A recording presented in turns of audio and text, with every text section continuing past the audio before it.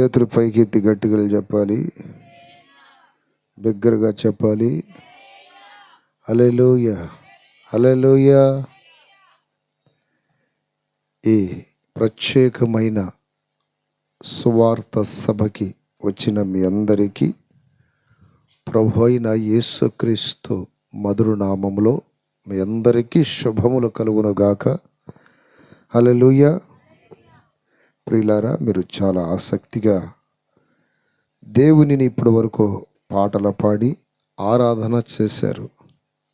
కొన్ని నిమిషాలు దేవుని మాటలు మనం నేర్చుకుందాం. దేవుని యొక్క మాటల మీద ఆసక్తి కలిగిన వాళ్ళు గట్టిగా చెప్పండి, చెప్పండి గట్టిగా. మంచిది. ఇక మనం కాలయాపన చేయకుండా వాక్య భాగంలోనికి వెళదాం. హల్లెలూయా. రూతు గ్రంథము బైబిల్ వాక్యాన్ని అందరూ తెరచి రూతు గ్రంథము 1వ అధ్యాయము 13వ వాక్యాన్ని మనం చదివి ధ్యానం చేద్దాం.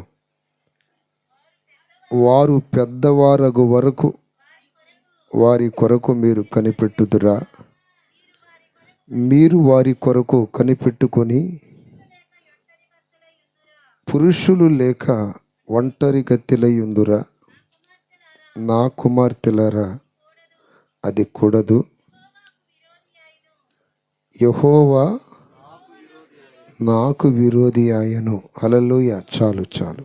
యెహోవా నాకు విరోధి ఆయను. ఈ వాక్యమును మనం అనేక సార్లు చదివాము. ఈ అధ్యాయములో నుండి అనేక మంది దైవ సేవకులు అనేక ప్రసంగములు చెప్పగా మనం విన్నాం. అయితే దేవుని యొక్క వాక్యం అనేది అది ఒక గని. ఎంత త్రవ్వినా దానికి ఒక ముగింపు అనేది ఉండదు. ఒక బావి లాంటిది, ఒక సెలమి లాంటిది. నీరు ఊరుతున్నట్టుగా దేవుని యొక్క వాక్యంలో నుండి అనేక మర్మములు, సత్యములు దేవుడు మనతో మాట్లాడుతూనే ఉంటాడు. దేవుని స్తోత్రం కలుగునగాక. ఈ రాత్రికాల వేళల్లో ప్రియ దేవుని బిడ్డలారా, ఈ అధ్యాయములో దాదాపుగా చాలామంది ఉన్నారు. ఒకటి నయోమి, రెండోది ఎలిమెలెకు, మూడోది తన కుమారులు, నాలుగోది తన కోడండ్లు. బెత్లెహేముకి కరువు వచ్చినప్పుడు దేవుని ప్రజలందరూ దేవుని మీద ఆధారపడి చావైన బ్రతుకైన, మేలైన కీడైన, చీకటైన వెలుగైన దేవుడు చెప్పకుండా ఈ ఊరిలో నుండి అడుగు పెట్టేదే లేదని దేవుడి మీద ఆధారపడి అందరూ బెత్లెహేములోనే కనిపెట్టుకొని ఉన్నారు.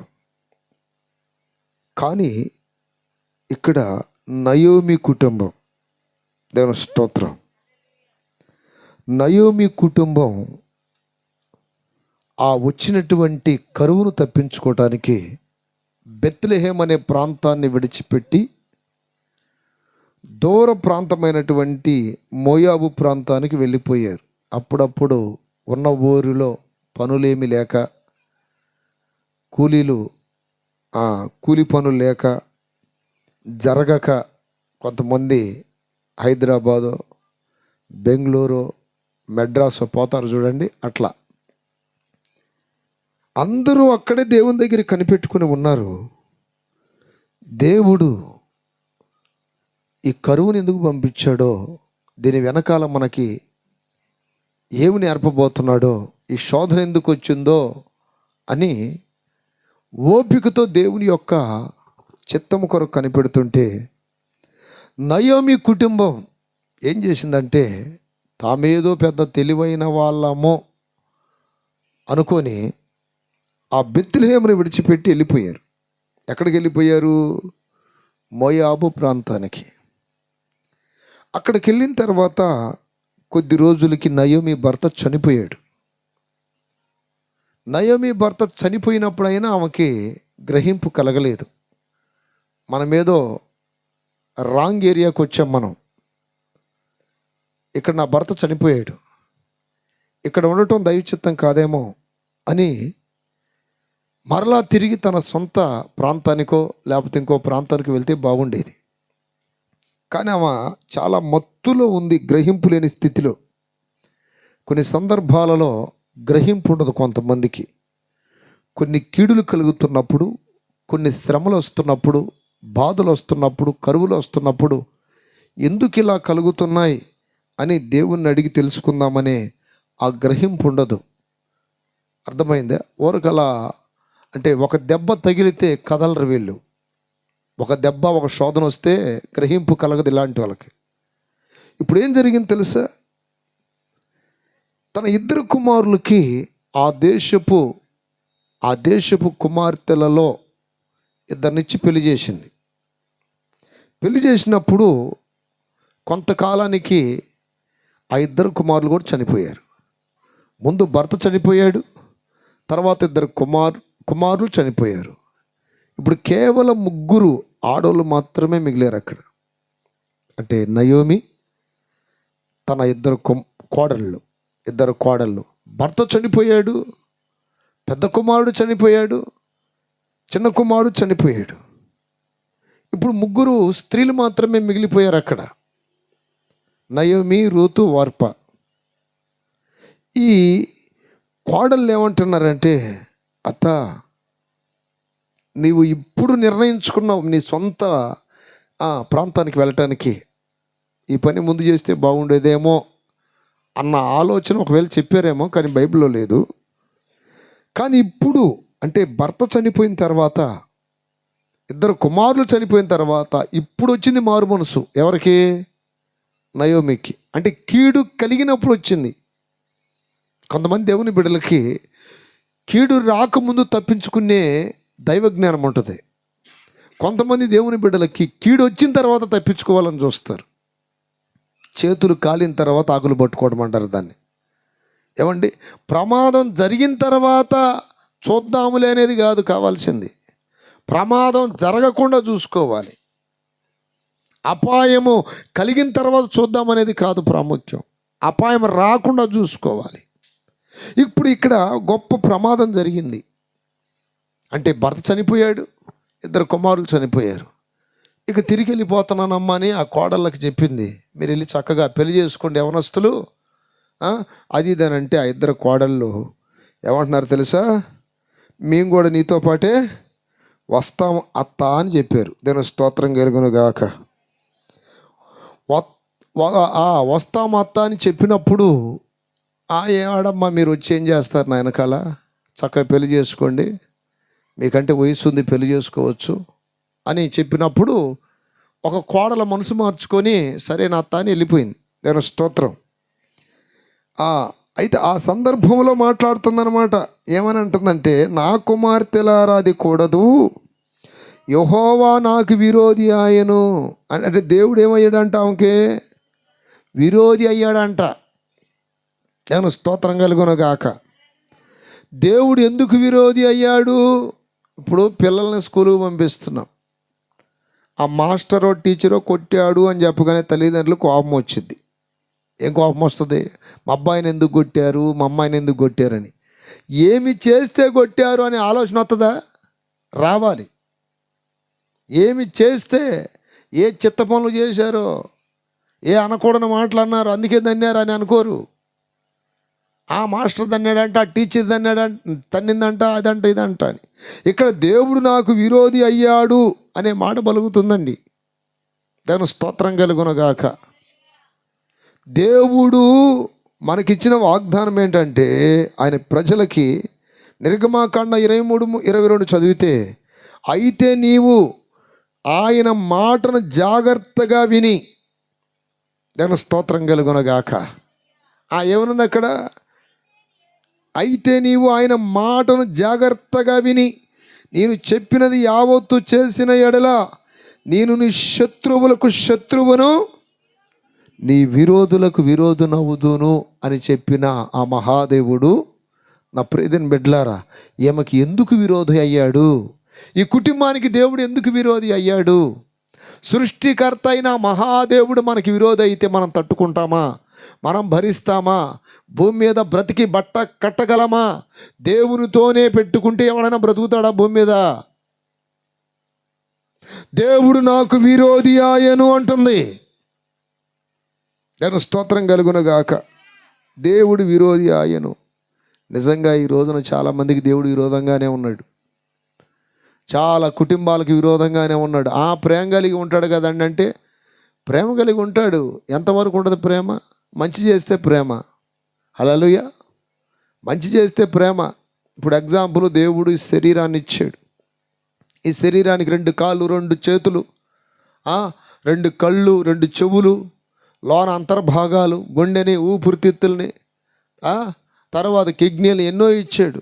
ఇప్పుడు దేవుడిచ్చిన ఈ దేహముతో మనం ఏం చేయాలి? ఆయన విరోధి కాకుండా ఉండాలంటే ఆ దేహముతో దేవుణ్ణి మహిమపరచాలి. వాక్యం చెప్తుంది దేహముతో దేవునిని. ఇప్పుడు దేవుడు ఇచ్చాడు విలువైన ఈ శరీరాన్ని. ఇప్పుడు ఈ శరీరాన్ని మానవుడు పాడు చేశాడు అనుకోండి. శరీరానికి ఒక పేరు ఉందండి బైబిల్లో. ఏమని? దేహము దేవునికి ఆలయమై ఉన్నది. ఆలయం. ఇప్పుడు ఈ పక్కన ఏదో చర్చి ఉంది, ఆలయం అనుకోండి. అక్కడ ఒక పెద్ద చర్చి ఉంది. ఇప్పుడు ఆలయాలను ఏం చేస్తారు? శుభ్రంగా తుడిచిపెట్టుకుంటారు, చక్కగా పెయింట్ వేసి అందంగా అలంకరించుకొని ఉంచుతారు. ఎందుకనంటే అది దేవుని మందిరం కాబట్టి. ఆలయాలనే బూజు పట్టేటట్టు, గబ్బిలాలు తిరిగేటట్టు, అది చూడటానికి అసహ్యంగా రోతగా ఉండేటట్టు ఎవరైనా ఉంచుకుంటారా? సాధ్యమైనంత వరకు దాన్ని శుభ్రపరచడానికి చూస్తారు. ఇది భౌతికమైన ఆలయం. అయితే ఆత్మ సంబంధమైన ఆలయం ఏంటి? ఈ శరీరం కదా. ఇప్పుడు దీన్ని నువ్వు, అర్థమైందా, పాడు చేస్తే దేవుడు నీకు ఖచ్చితంగా విరోధి అయిపోతాడు. హల్లెలూయా. దేవుడు విరోధి అవుతాడు. విరోధి అవ్వడని అనమాకండి, బైబిల్లో ఉంది విరోధి అవుతాడని. ఎందుకు అవుతాడు అంటే దానికి రీజన్ ఉంది. ఇక్కడ ఈ కుటుంబానికి ఎందుకు దేవుడు విరోధి అయ్యాడు అంటే, నా ప్రియమైన బిడ్డలారా, దేవుని చిత్తము కాకుండా, దేవుడు నిలబెట్టిన స్థలములో ఉండకుండా, దేవుని కొరకు కనిపెట్టకుండా, దేవుని కార్యాల కొరకు ఎదురు చూడకుండా, సొంత ఆలోచన, సొంత తెలివితేటలో, సొంత జ్ఞానాన్ని ఉపయోగించారు. అందుకని దేవుడు వాళ్ళకి ఏమైపోయాడు? విరోధి అయిపోయాడు. విరోధి అంటే దాని అర్థం ఏంటంటే దేవుడు పక్క నుండి కక్ష తీర్చుకుంటాడని కదా అర్థం. పట్టించుకోడు. దాని స్తోత్రం. ఆ కుటుంబం ఏమైపోయినా నాకు అవసరం లేదనుకుంటాడు. హల్లెలూయా. వాళ్ళు ఏమైపోయినా అంతే కదా. ఇప్పుడు మన మాట విన్నారనుకోండి, ఓకే, మనం ఏదైనా సలహా ఇస్తాం, కాపాడుతాం, సహాయం చేస్తాం. వినకపోతే నీ ఇష్టం, ఇంక నీకు ఏ గతి పట్టినా నాకు సంబంధం లేదని మానవుడు ఎట్ట నిర్ణయించుకుంటాడో దేవుడు కూడా అంతే. దాని స్తోత్రం కలుగునగాక. ఇక్కడ చూడండి, దేవుడిచ్చినటువంటి దేహమును నీ ఇష్టానుసారంగా నువ్వు దానిని పాడు చేస్తే దేవుడు ఒప్పుకుంటాడా? దేవుడు ఒప్పుకోడు. నా ప్రియమైన బిడ్డలారా, ఇప్పుడు ఈ శరీరముతో బాగా కొంతమంది మందుబాబులు చూడండి, 24 గంటలు తాగురా అన్న, తాగి పోగరా అన్న. దాని స్తోత్రం. తాగురా అన్న తాగి, సరే తెలుసో తెలియకో తాగి ఒకప్పుడు, ఇప్పుడు మానుకో. అర్థమైంది? ఆ తాగి ఎంతోమంది గుండె జబ్బులు వచ్చి చచ్చిపోతున్నారు. ఎంతోమందికి ఆ తాగటం వలన కిడ్నీలు ఫెయిల్ అయిపోతున్నాయి. ఎంతోమంది త్రాగి ఊపిరితిత్తులు చెడగొట్టుకుంటున్నారు. నాకు ఆ మధ్య ఆలోచన వచ్చింది. ఏమని వచ్చిందంటే, ఎక్కువగా చనిపోతుంది ఈ పేదోళ్ళలోనే చచ్చిపోతున్నారు తక్కువ వయసులో. అర్థమైంది? కొంతమంది సినిమా యాక్టర్ల గురించి నేను ఆలోచించినప్పుడు, నా ప్రియమైన బిడ్డలారా, ఆ సినిమా యాక్టర్కే ఒక 70-75 సంవత్సరాలు ఉన్నాయి. వాళ్ళ అమ్మ కూడా ఉందంట. ఇంకా అన్ని సంవత్సరాల వాళ్ళు బతుకుతున్నప్పుడు ఈ పేదలలోనే ఎందుకని ఎక్కువ మంది చచ్చిపోతున్నారని నాకు మొన్న ఒక 10-15 నిమిషాలు నేను ఆలోచించా. ఎక్కువ పేదల్లోనే. అర్థమైందా? కిడ్నీలు పోయినాయి అంట, ఊపిరితిత్తులు పోయినాయి అంట, గుండె హార్ట్ అటాక్ వచ్చిందంట. కారణం ఏంటని నేను ఆలోచించినప్పుడు నాకు అర్థమైంది ఏంటంటే, ఎక్కువ దురలవాట్లు ఉండేది ఎవరికే? పేదోళ్ళకే. అర్థమైందా? ఈ మధ్య అంటే పేర్లు చెప్పకూడదు, ఒక సినిమా యాక్టర్కే 74 సంవత్సరాలంట. వాళ్ళ అమ్మ కూడా ఉంది, ఇంకా చక్కగా వండి పెడుతుంది. అర్థమైందా? అంత పెద్ద వయస్కులు కూడా వాళ్ళే కాదు, చాలామంది 80, 90, ఈరోజు 60 సంవత్సరాలు దాటడం కష్టమైపోయింది, 50 సంవత్సరాలు దాటడం కష్టమైపోయింది, 30, 40 సంవత్సరాలు దాటడం కష్టమైపోయింది. బైబిల్లో దేవుడు అంటున్నాడు, కాలం రాకముందు ఎందుకు చనిపోతున్నావు మానవుడా అంటాడు ఒక చోట. ఏమి రాకుండా? ఇప్పుడు నయోమి కుటుంబానికి కాలం రాకుండా అక్కడక్కడ కొంతమంది దైవ సేవకులు చనిపోతున్నారు. ఏదో దేవుడి కోసం చనిపోతున్నారు, దేవుని చేత సంపబడుతున్నారు అంటే దేవుని కోసం సంపబడుతున్నారు అనుకోండి. కొంతమంది దేవుడి పనిలో తినక ఉపవాసాలుండి అలా చనిపోతున్నారు, అదొక లెక్క, త్యాగం చేయటం దేవుడి కోసం. కానీ దురలవాట్లతో చచ్చిపోయే వాళ్ళు ఎంతమంది లేరంటారా? తాగి చచ్చిపోయాడు అయ్యా. ఆ మధ్య ఒక అతను నా దగ్గరికి తీసుకొచ్చాడు. ఇక లాస్ట్ స్టేజ్ అనమాట, లాస్ట్ స్టేజ్లో ఉన్నాడు అతను. బాగా తాగి నర్సాపేట హాస్పిటల్ తీసుకెళ్తే అక్కడ కూడా బ్రతకదని చెప్తే చివరు తీసుకొచ్చి మందిరంలో పడేశారు. ప్రార్థన చేశాం, దేవుడు కనికరించి వాడిని బాగు చేశాడు. ఇక ఇంతటితో మానుకోవాలా లేదా? మందు మానలా, మళ్ళీ తాగాడు. దేవుడు ఒక వ్యక్తికి ఒక ఛాన్స్ ఇస్తాడు. నాకు ఈరోజు ఒక అతని గురించి దేవుడు ఒక ప్రేరేపణ ఇచ్చాడు. అతను 2 సార్లు కాపాడాను, ఆయనను తాగుతున్నాడు, ఈసారికి నేను కాపాడినని దేవుడు నాతో మాట్లాడాడు. దేవుని స్తోత్రం కలుగును గాక. నాకు నిన్న గత రాత్రి వాళ్ళ అమ్మ వచ్చి చెప్పింది, అయ్యా మా అబ్బాయి తాగి పడుకొని ఉన్నాడు అయ్యా అని. గత కాలంలో 2 సార్లు ఇట్లాంటి పనులు చేస్తుంటే ప్రార్థన చేశాం మేము. తాగుడు మానుకున్నానని నాతో మాట ఇచ్చి రేపు జనవరి కూడా బాప్తిసం పొందుతానన్నాడు. నేను ఇందాక ప్రార్థనలో కూర్చున్నప్పుడు ఇంకొక ఛాన్స్ లేదు అతనికి, 2 ఛాన్సులు అయిపోయినాయి అన్నాడు దేవుడు. ఇప్పుడు ఈ మాట చెప్పామనుకోండి, వాళ్ళ గుండెలు బొగులుతాయి. పాస్టర్ గారు ఏదో మమ్మల్ని భయపెడుతున్నాడేమో. నిన్ను భయపడాల్సిన అవసరం పాస్టర్ గారికి ఎందుకు ఉంటుందండి? నీకు దేవుడు విలువైన దేహం ఇచ్చాడు, అర్థమైంది? నువ్వు తినేదాని వలన ఆరోగ్యం వస్తే తిను, అర్థమైందా? నువ్వు తాగేదాని వలన నీకు ఆరోగ్యం వస్తే తాగు. నువ్వు త్రాగేది నీ ఆరోగ్యాన్ని చెడగొడితే నువ్వు అనుకోవచ్చు సస్తే సత్యాన్లేని. ఎక్కడ నువ్వు సస్తే సత్యాన్లేని తక్కువ వయసులో చనిపోయి అనుకో, రేపు దేవుడు ఎక్కడ అడుగుతాడు గుర్తుపెట్టుకోండి, అర్థమైంది? అక్కడక్కడ అద్దెలకి సామాన్లు తెస్తారు, గడపార్లో కొన్ని మనము తెచ్చేటప్పుడు ఎంత భద్రంగా తెచ్చామో తిరిగి వాడుకొని అంత భద్రంగా అయ్యాలి. రేపు ఈ దేహాన్ని కూడా దేవుడికి ఏం చేయాలి? అంత భద్రంగా అప్పగించాలి మనం. దాని స్తోత్రం కలుగునుగాక. లేదనుకోండి, వాక్యం చెప్తుంది 2 కొరింథీ 5:10 దేహముతో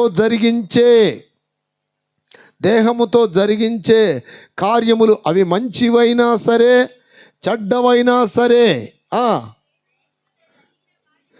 దేహముతో జరిగించే వాటి యొక్క ఫలము ప్రతివాడు పొందునట్లు మనమందరము క్రీస్తు న్యాయపీఠం ఎదుట నిలబడాలి. గట్టిగా అల్లులు చెప్తారా? మనమందరం ఎక్కడ నిలబడాలండి? దోషులు ముద్దాయిలందరూ ఎక్కడ నిలబడాలి? కోర్టులో నిలబడాలి. కానీ ప్రపంచానికి ఒక కోర్టు ఉంది, ప్రపంచానికి ఒక జడ్జి ఉన్నాడు, ప్రపంచానికి ఒక తీర్పు ఉన్నాడు. నీకు ఇచ్చిన 60 ఏండ్లు, 70 ఏండ్లు, 50 ఏండ్లు, 30 ఏండ్లు, 40 ఏండ్లు ఆయుష్లో ప్రతిరోజు 24 గంటల సమయం ఇచ్చాడు.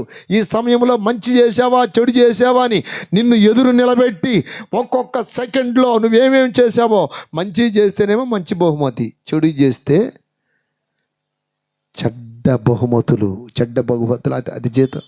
సమాధానం చెప్పాలి. ఇది ఎందుకు చేసావురా? నేను ఆల్రెడీ ఆ బ్రాందీ బాటిల్ మీద కూడా ఏం రాపిచ్చా? నేను అది తాగితే ఆరోగ్యానికి హాని అని రాపిచ్చాగా వాడి చేత, ఆ బుద్ధి లేనోడి చేత. ఆ సిగరెట్ తాగితే ఆరోగ్యానికి హాని అని రాపిచ్చాను కదా, అయినా ఎందుకు తాగావురా అంటే ఇక్కడ 100 మందికి చెబుతాడు సమాధానం. ఏమని? నా ఇష్టమే అంటాడు భార్యతో, నా ఇష్టమే అంటాడు. హల్లెలూయా.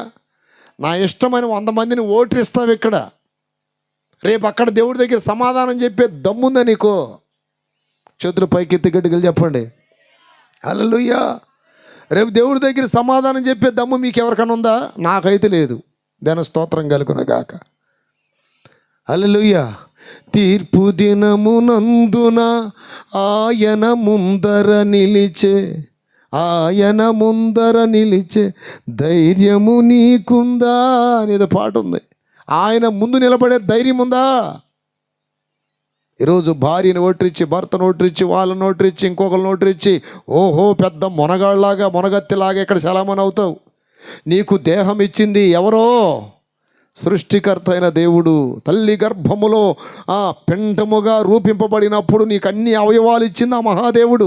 ఆ ఇచ్చిన దేవుడు రేపు ఒకరోజు నిన్నేమడుగుతాడు? లెక్కడుగుతాడు. దాని స్తోత్రం కలుగునగాక. తీర్పు దినమందున ఆయన ముందర నిలిచే ధైర్యము నీకుందా? ధైర్యము నీకుందా? దేవుని స్తోత్రం కలుగునగాక. ఇప్పుడు దేహమును దేవుడు మనకి అనుగ్రహించాడు. ఈ దేహముతో దేవుని మహిమ కొరకు చనిపోయామనుకోండి, అర్థమైందా? ఏ విధమైన ప్రాబ్లం లేదు. దానికి మంచి బహుమతి ఉంటుంది. వాక్యం చెప్తుంది అక్కడ, దేహముతో జరిగించినవి అవి మంచివైనా సరే. ఇప్పుడు నిన్న అమెరికాలో ఒక సహోదరుడు చార్లీ అని, అతను 31 సంవత్సరం యవనస్తుడు.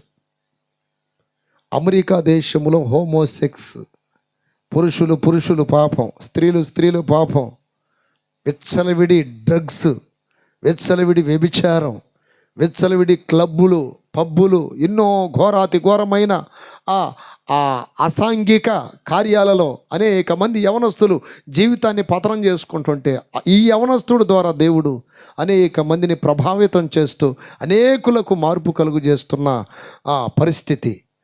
అనేక యూనివర్సిటీలు, కాలేజీలకు వెళ్ళి చిన్న చిన్న మీటింగ్లు, గెట్ టుగెదర్లు ఏర్పాటు చేసి వాళ్ళు అడుగుతున్నటువంటి కొన్ని తిక్క ప్రశ్నలకి సమాధానం చెప్పి ఎంతోమందిని మంచి మార్గంలో నడిపించాలని ప్రయత్నిస్తున్న అతన్ని ఒక 22 సంవత్సరాల ఒక యువకుడు కాల్చి చంపేసేసాడు.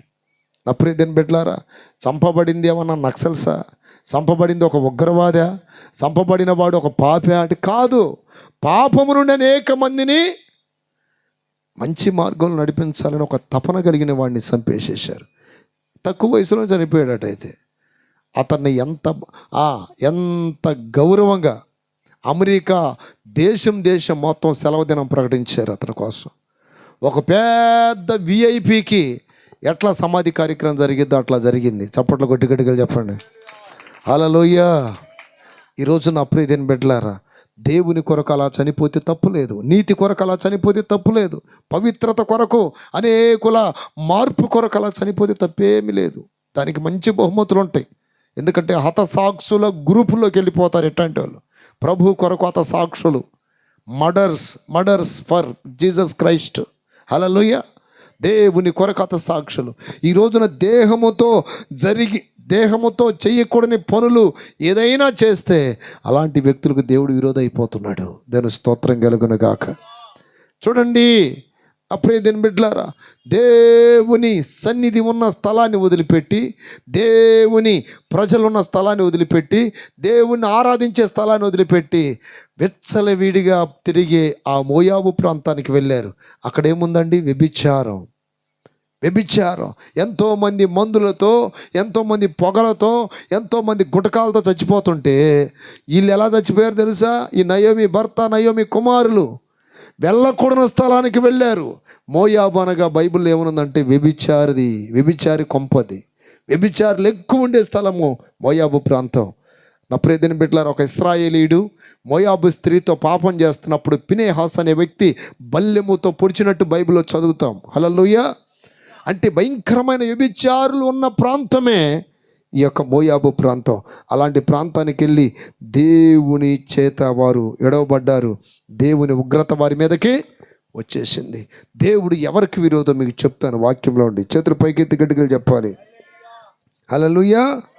చేతులు పైకెత్తి గట్టిగా చెప్పాలి. ఎహెజ్కేలు గ్రంథం 14:13. ఎహెజ్కేలు గ్రంథం 14:13 త్వరగా చదవాలి. నరపుత్రుడా, ఏ దేశమైతే విశ్వాసఘాతకమై నా దృష్టికి పాపము చేసినదో దానికి నేను విరోధినై, చాలండి, దానికి నేనేమయ్యాను? ఏ దేశమైతే, ఏ రాష్ట్రమైతే, ఏ ప్రాంతమైతే, ఏ కుటుంబమైతే, ఏ వ్యక్తి అయితే నా దృష్టికి నా దృష్టికి పాపం చేస్తారో వాళ్ళకి నేనేమవుతాను? విరోధిని అవుతాను. విరోధిని ఏం చేస్తానంటున్నాడు? ప్రాణాధారమగు ఆహారము లేకుండా చేసి కరువు పంపించి మనుషులను పశువులను నిర్మూలము చేయుదును. చూసారా? ఎవరికి విరోధి అండి ఆయన?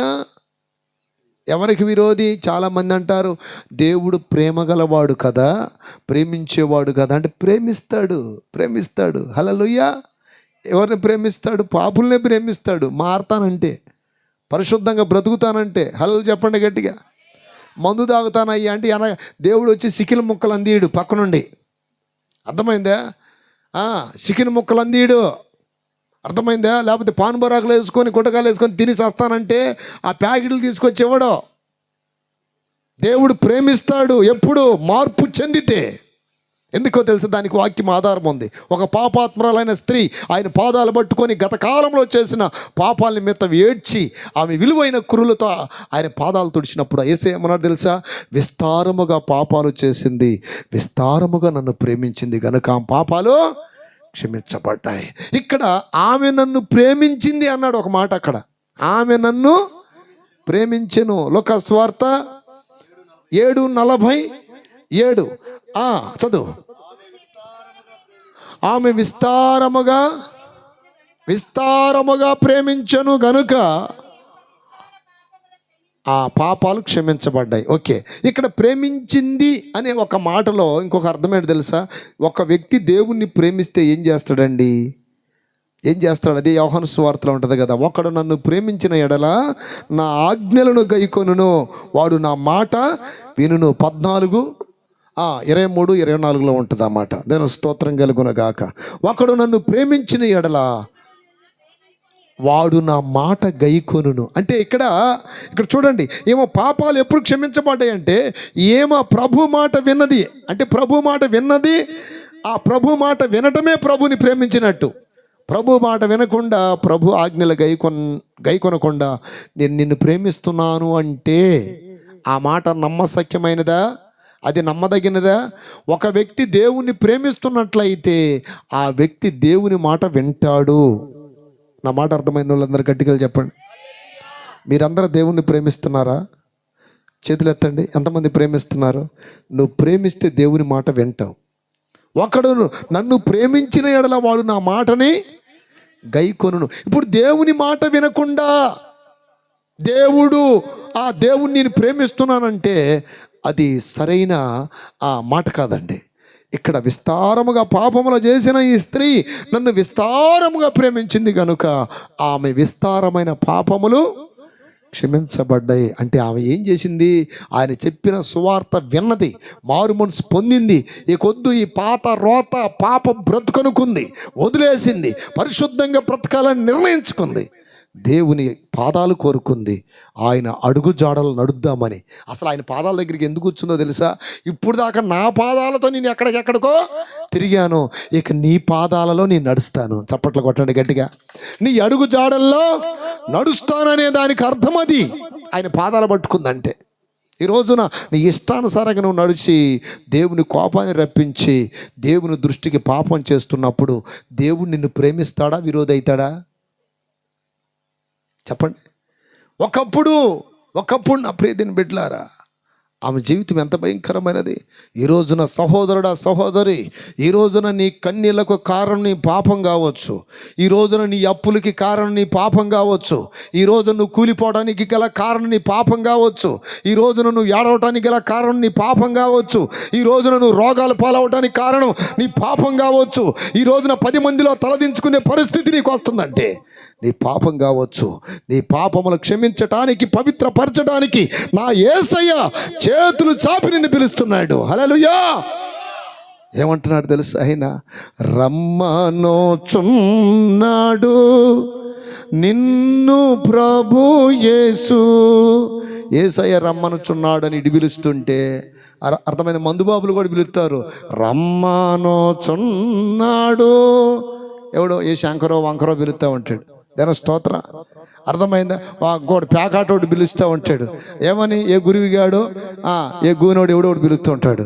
కానీ అటు పోతావా ఇటు పోతావా, దేవుడికి వెళ్ళి వస్తేనేమో నువ్వు బాగుపడతావు, నీ కుటుంబం బాగుపడుద్ది, నీ పిల్లలు బాగుపడతారు, నీ భార్య, నీ భర్త, నీ పరిస్థితులు అన్నిటి బాగుపడతాయి. దేని స్తోత్రం కలుగును గాక. చేతులు పైకెత్తి గడిగలు చెప్పండి. హల్లెలూయా. నా ప్రియమైన బిడ్డలారా, నువ్వు దేవుడు నిన్ను పిలుస్తున్నాడు. ఆమెను పిలిచాడు, వచ్చింది, ఆయన పాదాల ఎదుట పశ్చాత్తాపడింది, పాపాన్ని వదిలిపెట్టింది. ఈరోజు నా పాపంతో ఉన్న వాళ్ళందరికీ దేవుడు ఎవరు చెప్పండి? అయ్యా దేవుడు తీసుకొని పాపుల్ని ప్రేమిస్తున్నాడంటే, నిందాక చెప్పే కదా, బ్రాంతి తాగే వారికి పక్క నుండి మొక్కలందీడు, లేదా పాపాలు చేసే వాళ్ళకి ఇష్టానుసారంగా బ్రతికే వాళ్ళని దేవుడు ఎందుకు ప్రేమించడండి? ప్రేమిస్తాడు ఒకప్పుడు, ఎప్పుడు నువ్వు మారుతావంటే. దాని స్తోత్రం కలుగును గాక. ఈ మధ్య ఒక అతను నా దగ్గరికి వచ్చి, అన్నయ్య కూటం పెట్టాలి అన్నాడు.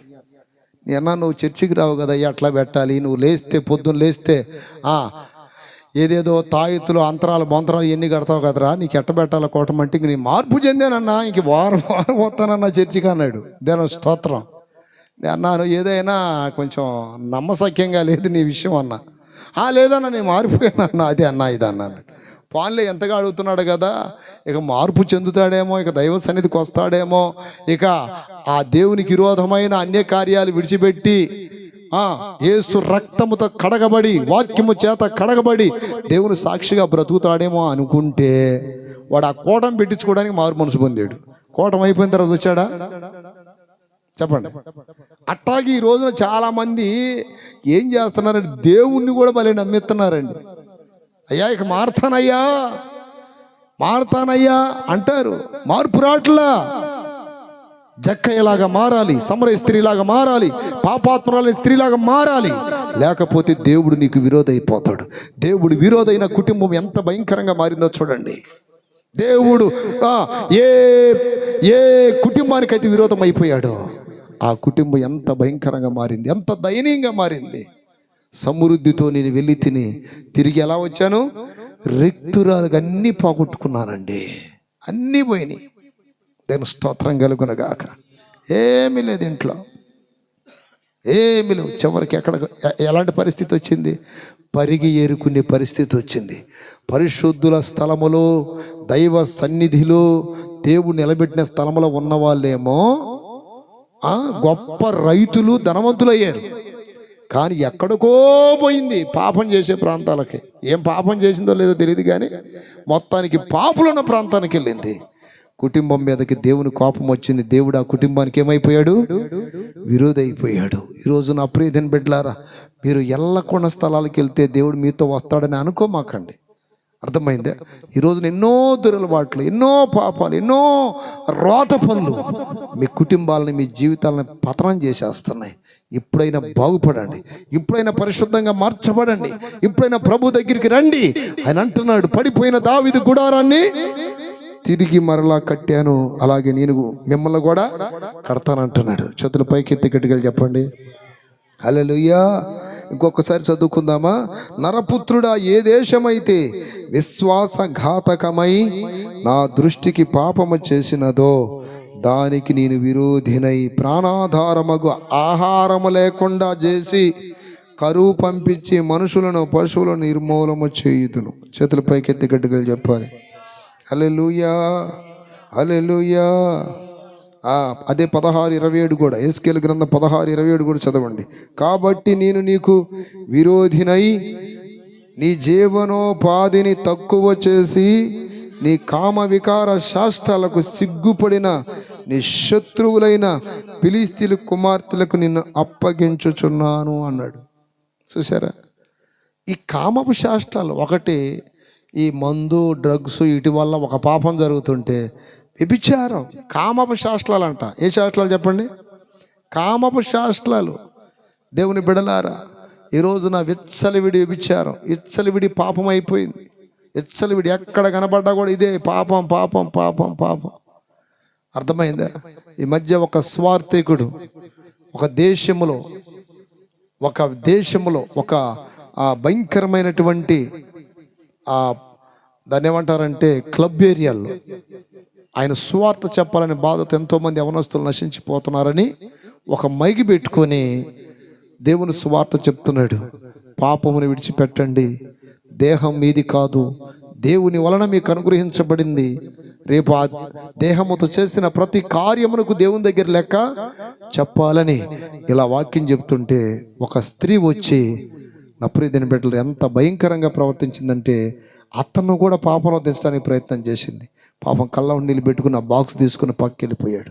అంటే ఆయన నోట వస్తున్న మాట దేవుని మాట అని కనీసం భయం ఉందా? భయం లేదు. అందుకే వాక్యం చెప్తే కామపు శాస్త్రాలంట. ఏ శాస్త్రాలు? కామము. మనుషులు కళ్ళు, కొంతమంది అంటారు చూడండి, కళ్ళుకు పొరలగమ్మే అని. కామపు పొరలగమ్మే ఈ ప్రపంచానికి. నా ప్రియమైన బిడ్డలారా, ప్రభు రాకడ సమీపంగా ఉంది. పాపమునకు జీతం మరణం, పాపమునకు జీతం రోగాలు, పాపమునకు జీతం ఎన్నో ఉన్నాయి, ఎన్నో ఉన్నాయి, ఎన్నో ఉన్నాయి. ఈ రోజున ఆ పాపాలు నీలో జరుగుతున్నాయి కాబట్టి ఎన్నెన్నో జరుగుతున్నాయి. పాపం వల్ల మంచి జరిగిద్దా, చెడు జరిగిద్దా? ఇర్మియా గ్రంథం 5:25 చదువుతారు ఒకసారి. 5:25 ఏమంటున్నాడు అక్కడ? నీకు పాపం వల్ల ఏం జరిగిద్దో చూడండి అక్కడ. వాటి క్రమములు తప్పించెను. ఇటు చూడండి, మీకు మేలు కలగకుండునట్లు. చూసారా? మీకు మేలు కలగకుండునట్లు మీ పాపములే కారణం అంటున్నాడు. అయ్యా, మేము ఇలా అయిపోవటానికి అల్లదికి వాళ్ళు దిష్టి తగిలింది అయ్యా మాకు. మేము ఇలా అయిపోవడానికి అల్లదికి వాళ్ళు మా మీద ఒకటే కుళ్ళుకుంటున్నారయ్యా. మేము ఇలా అయిపోవడానికి మా మీద ఏడుస్తున్నారయ్యా. మీరు అక్కడక్కడ పెడతారు చూడండి, మీ ఏడుపులే మాకు దీవెనలు. నేను స్తోత్రాలు చెప్పండి. వాడు ఎవడో కానీ భలే కొటేషన్ రాశాడు. మీ ఏడుపులే. వాళ్ళు కుళ్ళుకుంటున్నారయ్యా, వాళ్ళ వల్ల మేము ఇట్ట అయిపోతున్నాం. ఏంట్రా తిక్కల మాట కదా అది? ఇక దేవుని ఎందుకు నమ్మినట్టు? వాళ్ళు కుళ్ళుకుంటే నువ్వు ఇట్ట అయిపోతున్నావా? వాళ్ళు వ్యసన పడితే నువ్వు పాడైపోతున్నావా? వాళ్ళ ఏడుస్తుంటే నీకేదో జరుగుతుందా? అది ఎన్నటికీ జరగదు. కీడు జరగడానికి గల కారణం ఏంటంటే నీ పాపమే. వాక్యం చెప్తున్న మాట. నీకు మేలు జరగకుండా ఎప్పుడు కీడు జరుగుతుందంటే దానికి గల కారణం ఏంటి? You are sin. You are sin. What is that reason? You are sin.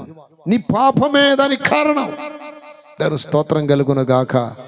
నా ప్రియ సహోదరి సహోదరులారా, ఈ రోజున నీ జీవితంలో ఎన్నో ఎన్నో ఎన్నో ఎన్నో ఎన్నో మేలులు దేవుడు చేయాలనుకుంటున్నాడు. కానీ ఈ కీడెందుకు జరుగుతుందంటే పాపం వలనే. అయ్యా, మాకెందుకు నాయన ఈ నెలలో ఈ నష్టం వచ్చింది, ఈ సంవత్సరం ఈ నష్టం వచ్చిందని దేవుని దగ్గర అడిగి దానికి గల కారణం ఏంటో దేవుడికి చెబితే నువ్వు సరి చేసుకుంటావా? ఎంతమంది సరి చేసుకుంటారు చెప్పండి? నీ లోపం నీకు తెలియపరిస్తే సరి చేసుకుంటావా? అప్పుడు కీడు నుండి విడుదల పొందుతావు నీవు. వాక్యం చెప్తున్న మాట ఏంటి? నీవు అలా అవటానికి గల కారణం ఏంటంటే నీ పాపమే. నీ పాపమే, నీ పాపమే. అదే పాపం అన్న కావచ్చు. వాక్యం చెప్తుంది సకల దుర్నీతి పాపమే. ఒక ఆయనంట పాపం హిమాలయ ప్రదేశాల్లో ఇది ఎట్టబెట్టాడంట పాపం. కొంతమంది ఈ ఋషులు సన్యాసులు ఇట్లాంటి వాళ్ళు ఉంటారు కదా, మునులు ఎట్టబెట్టున్నారంట. అక్కడికి ఒక భక్తుడు, సాధు సుందర్ సింగ్ అనే భక్తుడు వాళ్ళ మధ్యలో కొంతకాలం ఉన్నాడు. వాళ్ళ మధ్యలో అంటే వాళ్ళలాగా మారలేదు, ప్రభు స్వార్త చెప్పాలని ఆ చెయ్యి అలాగే పెట్టాడంట. దేని స్తోత్రం కలుగును గాక. ఆ చెయ్యి ఎండిపోయిందంట. రక్తం సరఫరా అవ్వక ఎండిపోయింది. ఆయన ఉండపట్టలేక ఆ సాధువు, ఆ ముని, ఆ ఋషి దగ్గరికి వచ్చి, అయ్యా చెయ్యేందుకని ఇలా పెట్టావు, అది ఎండిపోయింది, ఏంటి ప్రాబ్లం అని అంటే, అది బాగానే ఉండేది ఒకప్పుడు, నేనే కావాలన్నట్టు పెట్టాను.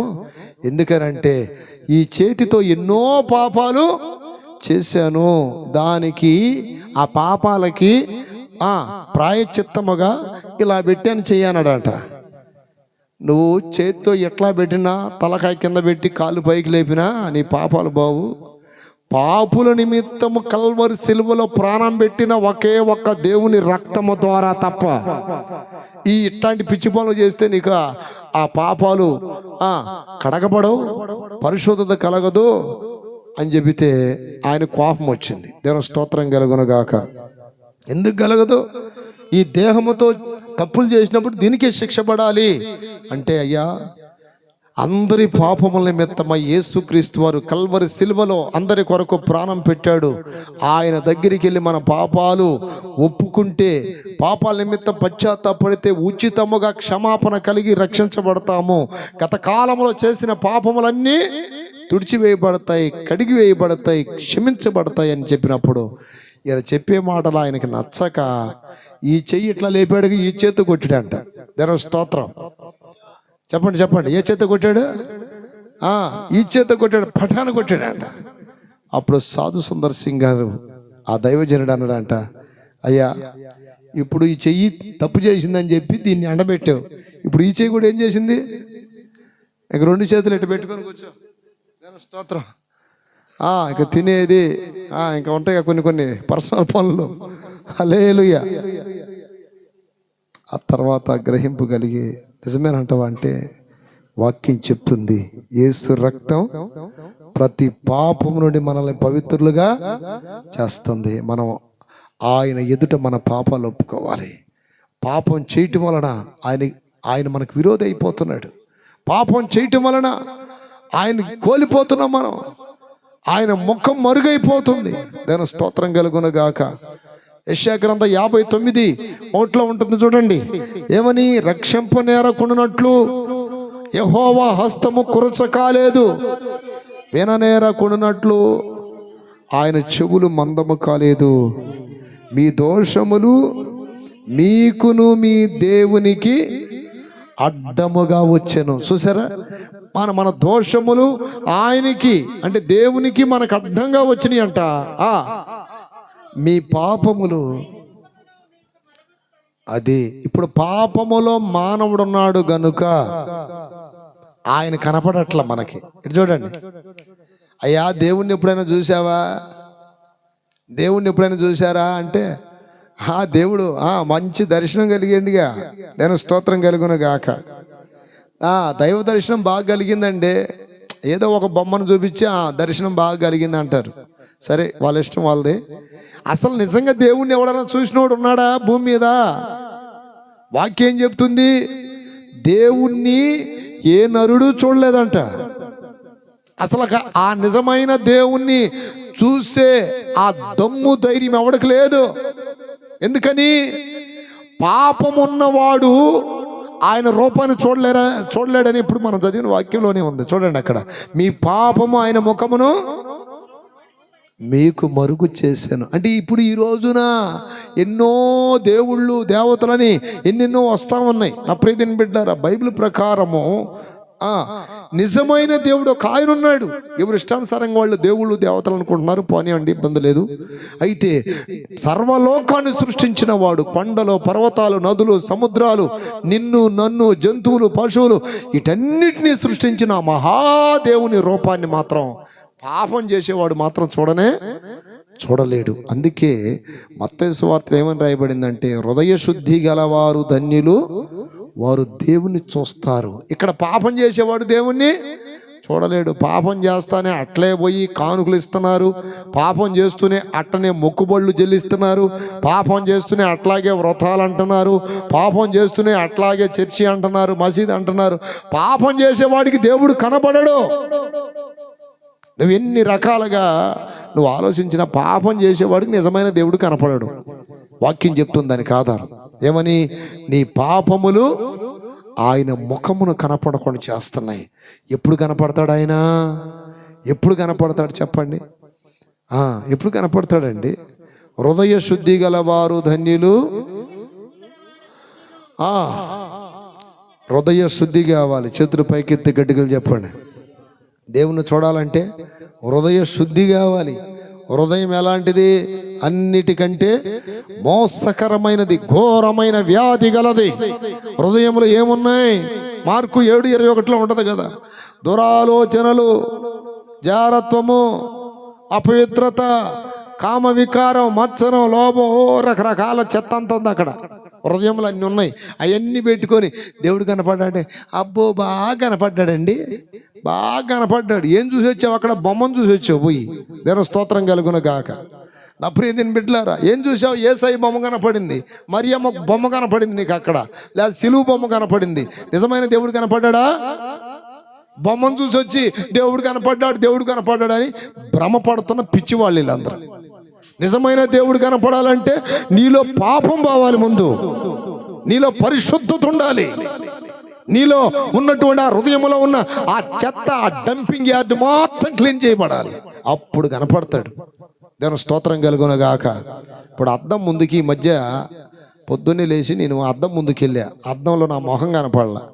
ఏందనంటే ఆ అద్దం మొత్తానికి ఏముంది చెప్పండి?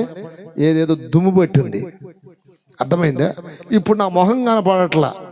ఇప్పుడు నా ముఖం మీద కళ్ళకు పుసులు ఉన్నాయో, లేకపోతే ఏ జొల్లు, పొద్దున్నే పడుకొని లేస్తాం కదా, ఏం జొల్లు గారిందో ఏదో తెలియాలిగా.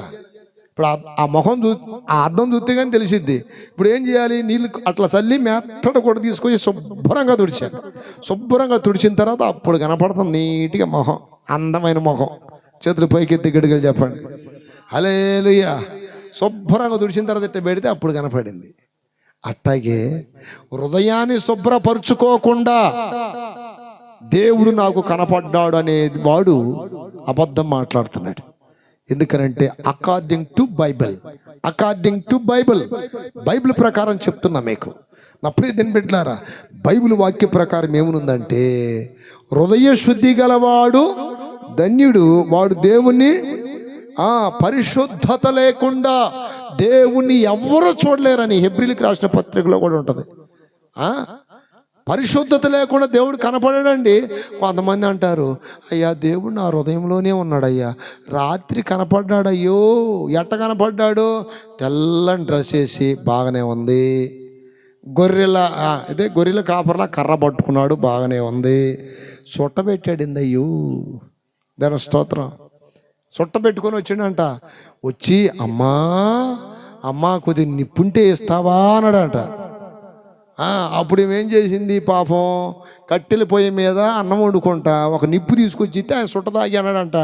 బిడ్డ నువ్వు అట్నే ఉండు అన్నాడంట. అంటే మార్పు చెందకుండా, అట్నే బూతులు తిడతా, అట్నే మార్పు లేకుండా, అట్నే ఇట్లాంటి దర్శనాల కల్లా అన్నీ రాంగండి. అది వాక్యానికి విరుద్ధం. అది నిజ దేవుడు కనపడాలి. హలో చెప్పండి గట్టిగా హల్లెలూయా. ఎంత కనులగాంచిన తనివి తీరదే, ఎంత నిన్ను కొని ఆడినా నా మదికి తృప్తి లేదే. ధవలవర్ణుడా రత్నవర్ణుడా ధవలవర్ణుడా, చప్పట్లో ఎక్కువ.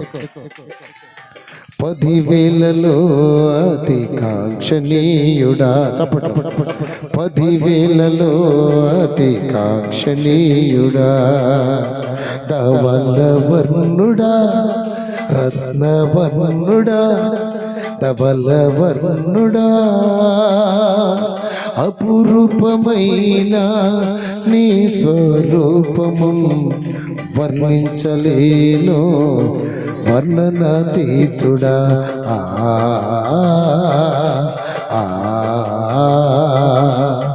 అపురూపమైన నీ స్వరూపము వర్ణించలేను, వర్ణనాతీతుడా. ఎంత కనులగాంచిన తనివి తీరదే,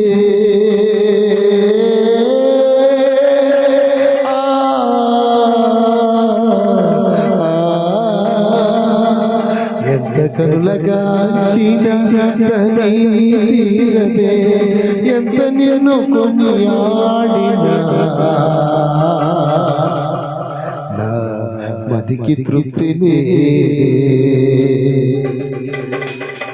ధవలవర్ణుడా రత్నవర్ణుడా ధవలవర్ణుడా,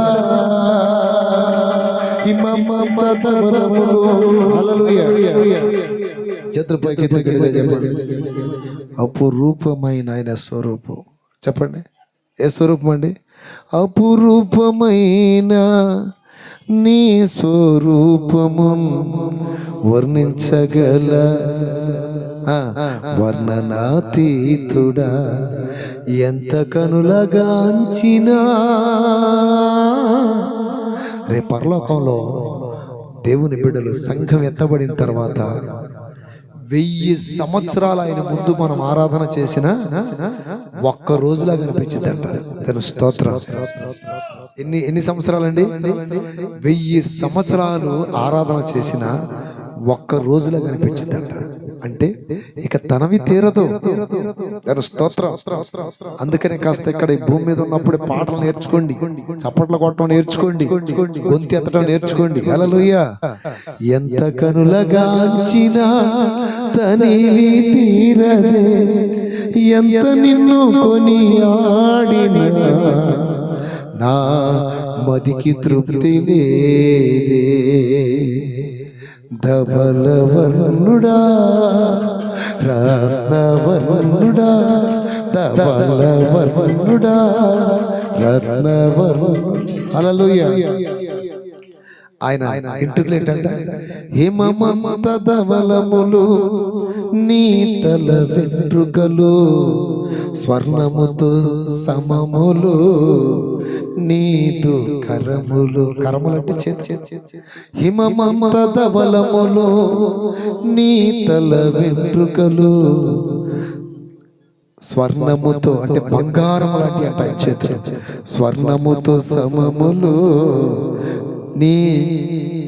నీదు కరములు.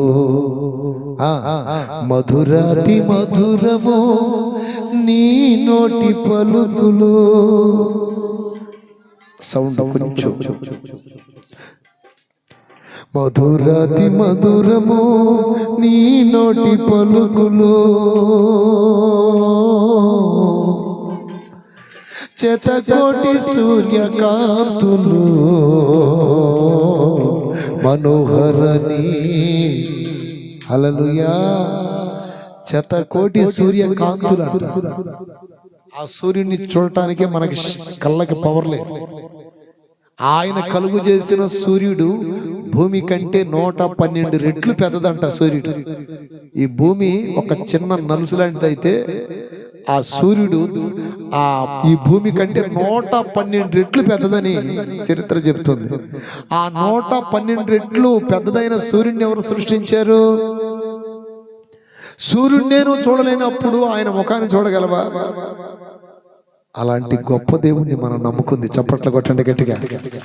హల్లెలూయా. అలాంటి గొప్ప దేవుణ్ణి. ఈ తాడు బంగారం లేనివాడు ఉంటాడు, మెల్ల ఏదో సిలువ వేసుకొని హల్లెలూయా ఇక్కడ యేసై ఉన్నాడు. ఇటు తాడు బంగారం ఏం లేదు. ఆ మరియమ్మ బొమ్మ ఒకటి పెట్టి దేవతని దేవుడని ఇలాంటి వాళ్ళు చెబితే బాధ కలిగిద్ది. కానీ అంత గొప్ప దేవుణ్ణి ఎక్కడ పెడతావు నువ్వు? ఎక్కడ ఉంచుతావు ఆయన్ని? నేను స్తోత్రం కలుగును గాక. ఏదో అభిమానంతో పెట్టుకుంటున్నావు అంతే. నిజమైన దేవుని చూడాలంటే శతకోటి సూర్య తేజో మహిమ కాంతుల కంటే ఇంకా ఉన్నతముగా ఆయన యొక్క ప్రకాశ కిరణాలు ఉంటాయి. నేను స్తోత్రం కలుగును గాక. అల్లు చెప్పండి గట్టిగా. హల్లెలూయా. నా ప్రియదేని బిడ్డలారా, అలాంటి మహాదేవుడు అండి ఆయన. అంత గొప్ప దేవుణ్ణి మనం రేపు చూడాలి అంటే మన హృదయం ఏమై ఉండాలి? ఆ మధ్య నరేంద్ర మోడీ గారు ఒక దీక్ష కలిగి ఉన్నాడు, నాకు బాగా నచ్చింది. నేను స్తోత్రం. అయోధ్య నగరములో రాముని యొక్క విగ్రహమును ప్రాణ ప్రతిష్ఠ చేయడానికి 11 రోజులు నేను ఉపవాసం ఉన్నాను అన్నాడు. ఎన్ని రోజులు చెప్పండి? అంటే ఆ యొక్క విగ్రహమును ప్రతిష్ఠ చేయటానికి 11 రోజులు అన్నం తినలేదంట ఆయన. పాపం వృద్ధాప్యంలో ఉండి కూడా చూడండి. కొంతమందిని అన్యుల్ని మనం ఏదో అంటాం కానండి, వారికి తెలిసిన భక్తులు వాళ్ళు చాలా నిష్టగా ఉంటున్నారు. కేవలం కొబ్బరి నీళ్ళు తాగుతూ 11 రోజులు ఉన్నాడంట ఆ ప్రాణ ప్రతిష్ఠ అయ్యేంత వరకు. దేవుని స్తోత్రం కలుగును గాక. అది వాళ్ళ ఆచారం, అది ఓకే, మనం ఏమనకూడదు. అయితే ఇక్కడ నేను చెప్తున్న విషయం ఏంటంటే, నిజమైన దేవుని కొరకు మనము ఇంకెంత ప్రతిష్ఠ కలిగి ఉండాలా? ఆయన చూడగలరా? ఆయన్ని జక్కయ్య చూడగలిగాడా? లేకపోతే జక్కైన యేసయ్య చూశాడా? ఈ రోజున ఆయన చూడాలంటే ఏదో చిన్న చిన్న బొమ్మలు పెట్టుకొని, కొన్ని కొవ్వొత్తులు పెట్టుకొని, కొన్ని సాంబ్రాన్ని కడ్డీలు పెట్టుకొని ఇక్కడ దేవుడు ఉన్నాడంటే అది భ్రమ అంతే. ఓకే, వెళ్ళిపో, తప్పులేదు. కానీ నిజమైన దేవుడిని నీకు కనుగొనాలని ఎంతమందికి ఆశ ఉంది? చేతులెత్తండి. నిజమైన దేవుడు మాకు కావాలయ్య అంటే, ఆయన చూడాలంటే మోషే అడిగాడు, ఒక్కసారి నీ రూపం చూపిస్తావా అయ్యా అని. నా రూపం చూసి ఏ నరుడు బ్రతకడు. హల్లెలూయా. ఎక్కడ వాక్యింది అని? నిర్గమకాండం 33లో ఉంటుంది. నా రూపము చూసి ఎవడు బ్రతకడు. 33:20.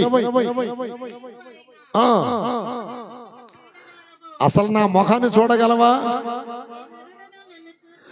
ఏ నరుడు నన్ను చూసి బ్రతకడు. చప్పట్ల కొట్టి గట్టిగా.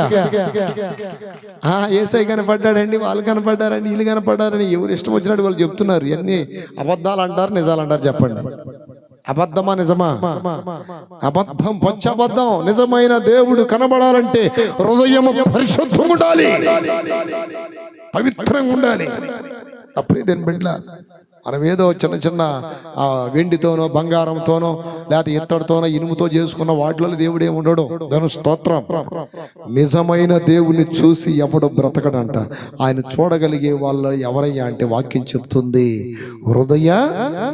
హృదయ శుద్ధి కలిగిన వారు. హల్లెలూయా. నిన్ను చూచు కన్నులు, నిన్ను చూచు మనసు, యేసయ్యా నాకియ్యవయ్యా, ఏమైనా నాకంతే చాలు, ఏమైనా నాకంతే మేలు. హల్లెలూయా. నిన్ను చూచు కన్నులు. చిన్నప్పుడు నా ప్రియదని బిడ్డలారా, మా అమ్మ యాక్సిడెంట్లో చనిపోయింది. ఇంచుమించు 4 రోజుల దాకా నాకు చెప్పలా. నేను చిన్నపిల్లవాడిని, ఒక 7-8 సంవత్సరాలు ఉండొచ్చు నాకు. కొంతమంది గుసగుసలు ఆడుకుంటున్నారు, పలానా బాలమ్మ చచ్చిపోయింది, దేవల్ల బాలమ్మ చచ్చిపోయిందంట, దేవల్ల బాలమ్మ చచ్చిపోయిందని. అంటే దేవల్ల బాలమ్మ అంటే మా అమ్మే. దేవ స్తోత్రం. చచ్చిపోయిందంట అంటే ఇక్కడ ఎంతోమంది ఉంటారులే అనుకున్నాను నేను. తెలియదు కదా, వయసు చిన్నది వయసు. నాకు అర్థమైపోయి ఒకళ్ళు అడిగా, మా అమ్మ ఏది హాస్పిటల్కి వెళ్ళింది కదా అని. అంటే దేవుడి దగ్గరికి పోయిందయ్యా అని. అప్పటికే మేము భయంకరముగా నరసింహస్వామి పూజ చేసే ఆ భక్తులు నిష్ఠ కలిగి ఉన్నాం. ఎంత నిష్ఠ అంటే కడుపులు నొప్పి వచ్చినా పక్కనే ఉండేది గుడి. ఎక్కడ మొన్న మనం పోయామనున్నా ఆ బజార్లోనే ఉంది పక్కన. ఆయన దేవుడు వెంకయ్య అంటారు, ఆయన ఉప్పరోళ్ళు, ఆయనే పూజారు అక్కడ. ఆ గుళ్ళోకి వెళ్ళి దాన్ని ఏమంటారు, బండారు అంటారు చూసారా, గ్లాసులో నీళ్ళు పోసుకొని గిరగిర తిప్పి తాగటం ఒక నమ్మకం. ఆ బండారు తీసుకొచ్చి నొసళ్ళ మీద పోసుకోవటం. ఆ గుళ్ళో మిగిలిన ఆ పాశాలు కానీ ఇంకేదో వేరే వేరే నైవేద్యాలన్నీ మాకే పంపుతాడు ఆయన. దేని స్తోత్రం. దేవుడి దగ్గరికి వెళ్ళిందని అన్నాడు ఒక ఆయన నాతో. మా అమ్మ ఎక్కడ పోయిందంటే దేవుడి దగ్గరికి వెళ్ళింది అన్నప్పుడు నేనేమనుకున్నా, దేవుడు అంటే ఈ నరసింహస్వామి గుడి కదా, ఇక్కడే కదా దేవుడు ఉంది. ఆ గుడి దగ్గరికి పోయి మొత్తం ఎదుగుతుంటే కనపడలా. దేని స్తోత్రం. తిరుగుతున్నాను. ఆ గుడిలో 3-4 భాగాలు ఉన్నాయి. ఒకటేమో పూరి గుడిసే భాగం, ఒకటేమో స్లాబ్ వేసిన భాగం ఉంటుంది, ఇంకోటేమో వరాండా ఉంటుంది. ఈ 3 భాగాలు వెళ్ళి ఎదుగుతున్నాను. దేవుడి దగ్గరికి వెళ్ళిందంటే ఇక్కడికి ఎక్కడుంది మా అమ్మ అని. ఈలోపు వాళ్ళు నన్ను చూసి కళ్ళ నీళ్ళు పెట్టారు. ఎక్కడ కాదయ్యా, ఈ దేవుడు కదా, ఆ దేవుడి దగ్గరికి వెళ్ళింది. హల్లెలూయా. చివరికి వాళ్ళు కూడా ఏం ఒప్పుకున్నారు చెప్పండి? దేవుడు ఎక్కడున్నాడని చెప్పారు. చెప్పాలి. అమ్మ చనిపోయింది అనేది ఒక షాడ్, ఒక విషాదం, బాధ. కానీ వాళ్ళు చివరికి చెప్పిన మాట ఏంటంటే, ఆ పూజారి చెప్పాడు నాతో, ఏమన్నాడు? ఆ దేవుడు. ఏ దేవుడు?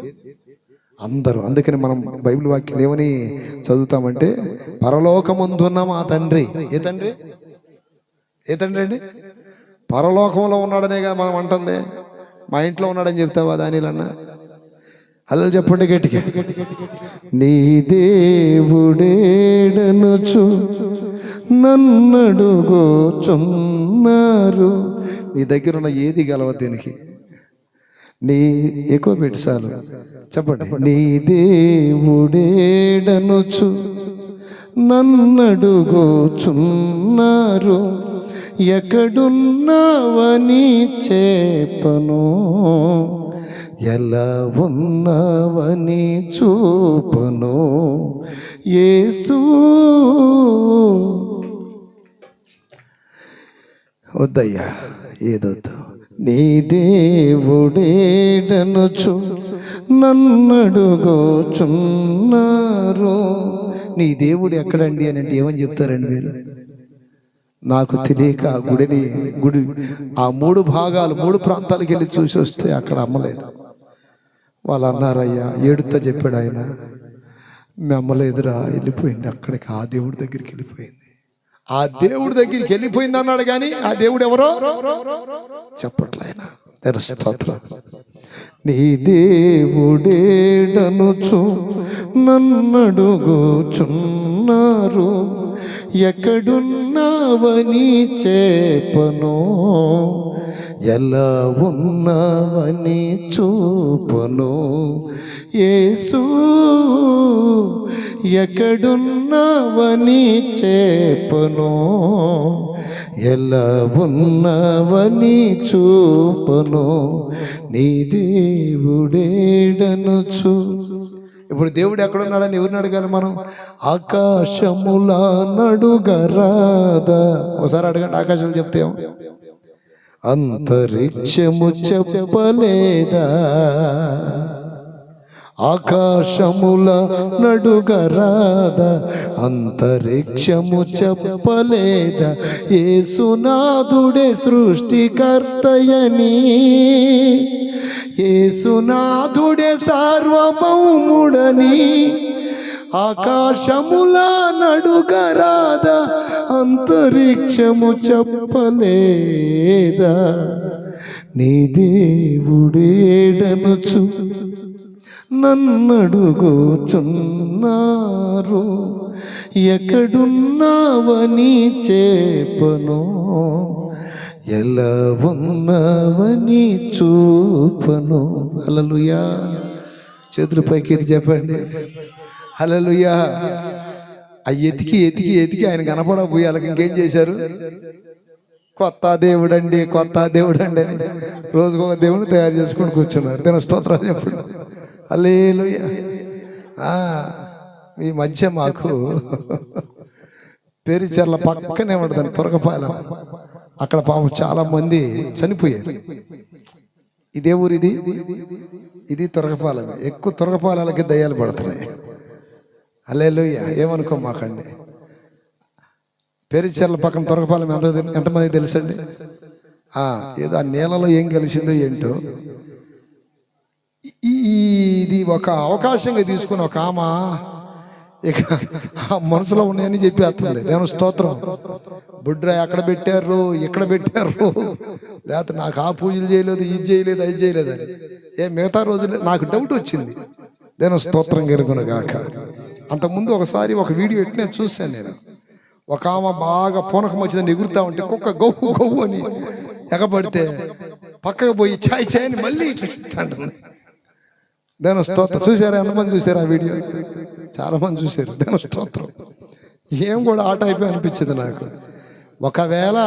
ఒకవేళ ఇలా జరగటానికి కారణమైతే దేవుడు ముందే చెప్పాలి కదా. నాకు ఇదిగో ఈ నైవేద్యం తక్కువైందనో, లేకపోతే నాకు పూజలు తక్కువయ్యాయనో, లేకపోతే నాకు ప్రార్థనలో తక్కువైందనో, చర్చికి సరిగా రావట్లేదు, ఏదో ఒకటి చెప్పాలా. కానీ ఈ సమయంలో చెప్పడం ఏంటి అంటే అవసరం మీది, అవకాశం నాది అన్నట్టు. దాని స్తోత్రం కలుగునగాక. అంటే ఈయన ఏం చెప్పడం కాదు, డైరెక్ట్గా అసలు న్యూస్లోనే వస్తున్నాయి అన్నీ. వాళ్ళే తప్పు అంటున్నారు. ఆ న్యూస్లో చెప్పే మీడియా వాళ్ళు అందరూ ఇప్పుడు వచ్చిందని నీకు దేవుడు అది ఇదని వాళ్ళే గద్దిచ్చినట్టు మాట్లాడారు. ఆ మధ్య ఇంకొకసారి ఎవరో కుర్రోడికి ఏదో ఒక బొమ్మ కనపడింది, దేవుడు అక్కడ నిలిచాడని అంటే ఇట్టంటుంది బోలక అని. దాని స్తోత్రం. అన్ని తప్పులే. నిజ దేవుడు ఒంట్లోకి రావడం కాదు, అసలు నీ కంటికి కనపడటమే గొప్ప భాగ్యం. నా మాట ఎంతమందికి అర్థమైంది? కంటికి కనపడటమే. ఇంక ఒంట్లోకి వచ్చి కూర్చుంటారా? మురిగిపోయిన ఒంట్లోకి అన్ని రకాలు ఉన్నాయి కదా. నేను స్తోత్రం. నాకు ఒంట్లోకి వచ్చాడంటే అట్ట అంత గొప్ప దేవుడిని హృదయంలోనికి రావాలంటే దేవుడు కోరుకుంటున్నాడు. యెషయా గ్రంథం 57:15 ఉంటది, మహాగణుడు మహోన్నతుడు పరిశుద్ధుడైన వాడు ఇలాగూ సెలవిచ్చుచున్నాడు, ఎక్కడుంటానండి? మహోన్నతమైన పరిశుద్ధ స్థలములో. చతురుపైకి ఎత్తి గడిగలు చెప్పండి. అంటే అక్కడ కూడా ఏం కోరుకుంటున్నాడు? పరిశుద్ధ స్థలమే కదా. నేను స్తోత్రం కలుగునగాక. ఎక్కడ మహోన్నతమైన పాస్టర్లైనా, పూజారులైనా, ఇంకొకలైనా లేకపోతే దేవాలయాలైనా, చర్చీలైనా, మసీదులైనా, ఇంకోసాడైనా ఎక్కడైనా దేవుడు ఉండాలంటే పరిశుద్ధత కావాలి. ఏం కావాలి చెప్పండి? పరిశుద్ధత కావాలి. దేవుడు కోరుకుంటుంది పరిశుద్ధతే. ఏ మతమైనా కానీ, ఏ దేవుడు అన్నా ఎవరిష్టం వాళ్ళదే. అయితే ఇక్కడ దేవుడు బైబిల్ అకార్డింగ్ టు బైబిల్ ప్రకారం ఏంటంటే పరిశుద్ధత కలిగి ఉండాలని దేవుడు కోరుకుంటున్నాడు. అంటే ఏ పాపము చేయదు. ఇప్పుడు పాపం చేసే వాళ్ళందరికీ దేవుడు ఏమవుతున్నాడు? విరోధమైపోతున్నాడు. పాపం వల్ల ఏం జరుగుతుంది? మేలు జరుగుతుందా? కీడు జరుగుతుందా? కీడే జరుగుతుంది. అయ్యా మాకేంటండి ఈ కీడు? ఈరోజు ఉదయం నాకు ఆ కరీంనగర్ సిరిసిల్ల ప్రాంతం నుండి ఒక సహోదరి ఫోన్ చేసింది. 2 ఏళ్ళలోని మాకు ఒకటే ఇబ్బంది అయ్యా, ఏ పని పట్టుకుని వెనకపోతుంది అయ్యా అని. నేను చెప్పాను, అమ్మ ఫోన్లో కాదులే, ఇక్కడికి వస్తే చెప్తున్నాను. నేను స్తోత్రం కలుగునగాక. పోయిన ఆన్లైట్లో ఒక అబ్బాయిని ఏదో ఊరు నుండి తీసుకొచ్చారు. ఆ అబ్బాయికి ఏదో దేవుడు మేలు చేశాడు. ఆనుడు పోయిన తర్వాత బాగైందన్న అట్ట అని చెప్పాడు. ఈ అబ్బాయి నెంబర్లు ఇచ్చాడంట, నా నెంబర్లో. పలానా అన్నకాడికి వెళ్ళండి, ఎట పరిస్థితి, ప్రార్థన చేశాడు, మేలు జరిగింది, అది ఇదని ఈడు ఎంతమందికి ఇచ్చాడో బాబు నెంబర్లో. అందరు ఫోన్లు, కొంతమంది దర్శనం నుండి, కొంతమంది ఏరే ప్రాంతాల నుండి చేస్తున్నారు. మంచిది, తప్పులేదు, ఎందుకంటే దేవుడు కార్యం చేశాడని అతనే ఒప్పుకున్నాడు. అలా చెప్పండి గట్టిగా, చేతులు ఎత్తి చెప్పాలి. నువ్వు తెచ్చిన అతనే అలా చెప్పాలి గట్టిగా. 2 సంవత్సరాల నుండి నాయన మామూలు అల్లాడలేదు, మేము ఆడకొచ్చిన తర్వాత అన్ని మేలు జరుగుతున్నాయి అయ్యా అని చెప్పాడు. దేవుని మహిమ కలుగును గాక. వాళ్ళు చెప్పండి గట్టిగా. ఆయన ప్రార్థన చేశాం. ఇక్కడ నేను చెప్పే విషయం ఏంటంటే, నా ప్రియతని బిడ్డలారా, కీడు ఎందుకు జరుగుతుంది మానవుడికి? పాపం వల్ల, పుణ్యం వల్ల. ఆ పాపమేగా దేవుడు తెలియపరుస్తుంది. ఇక్కడ పాపం సరి చేసుకో. ఇప్పుడు ఈ పాపంతో ఉండి కూడా దేవుడు ఉన్నాడంటే అట్ట వాక్యం చెప్తుంది అక్కడ, మహాగణుడు మహోన్నతుడు పరిశుద్ధుడైన దేవుడు ఇలాగూ సెలవిచ్చుచున్నాడు.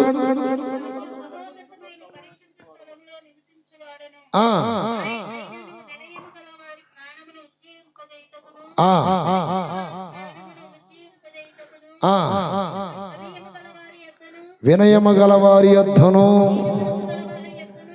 అందుకనే చెప్తుంది, ఒక క్రైస్తవుల పక్క సపోర్ట్ చేసి మాట్లాడట్లా నేను.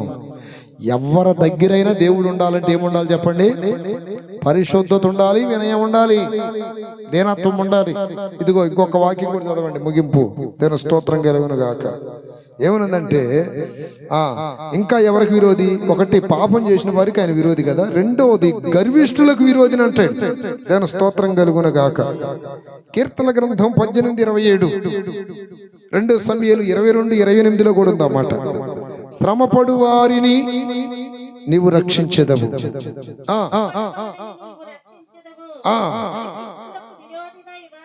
అణసివేసెదవు. రెండోది ఎవరంటండి? గర్విష్ఠులు, పాపులకు ఆయన విరోధి. రెండోది, గర్విష్ఠులకు కూడా విరోధి. చేతులు పైకెత్తి గడగలు చెప్పండి. హల్లెలూయా. గర్విష్ఠుల యొక్క గర్వము అనుచును. ఏంటంట? గర్విష్ఠుల యొక్క తర్వాత సర్వము ఎరిగిన సర్వాధికారి యెహోవా నా బలమా, యథార్థమైనది నీ మార్గం, పరిపూర్ణమైనది కూడా చెప్పండి. యెహోవా నా దీపమును వెలిగించువాడా, నా చీకటిని వెలుగుగా చేయును. దీపమును వెలిగించువాడు వెలుగుగా చేయును.